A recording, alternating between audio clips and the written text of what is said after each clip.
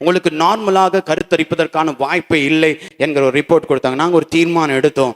டாக்டரை பார்த்துட்டோம், டாக்டர் எல்லாம் பார்த்துட்டோம். இனி எங்க டாக்டரை பார்ப்பதில்லை, வீட்டில இருந்து செபிப்போம். அப்ப வார்த்தை மாத்திரம் எங்களுக்கு கொடுத்து கொண்டிருந்தார். உங்களுக்கு குழந்தையை கொடுப்பேன் என்ற ஒரு வார்த்தை மாத்திரம் தான் இருந்துச்சு. டாக்டர் ரிப்போர்ட் உங்களுக்கு குழந்தை பெறுவதற்கான வாய்ப்பே இல்லைன்னு சொல்லி நாங்கள் ஒரு தீர்மானம் எடுத்தோம். இனி டாக்டரை நம்ப வேண்டாம், அப்பா வார்த்தை கொடுத்திருக்கிறார், அந்த வார்த்தையை மாத்திரம் விசுவாசித்து ஜெபிக்க ஆரம்பித்தோம். வார்த்தை கொடுத்திருக்கிறீங்களாப்பா, நீங்க தான் எங்களுக்கு அற்புதம் செய்யணும்னு சொல்லிட்டு ஒவ்வொரு நாளும் அப்பாவுடைய சமூகத்தண்டையிலே நாங்கள் நோக்கி பார்த்து கொண்டிருப்போம். ஒரு பாடல் நாங்கள் எப்பவுமே பாடுவோம், அற்புதம் செய்யுங்கப்பா எங்க வாழ்க்கையில. வருஷம் 3 ஆயிடுச்சு. ஒரு தீர்மானம் எடுத்தோம், இனி என்ன நடந்தாலும் அப்பா தருவார், அவரை மாத்திரம் நம்புவோம். அவரை நம்புன அவர் வார்த்தை கொடுத்திருக்கு, அவரை நம்புவோம். 3 வருஷம் 4 வருஷம் ஆயிடுச்சு. 4 வருஷம் 5 வருஷம் ஆயிடுச்சு.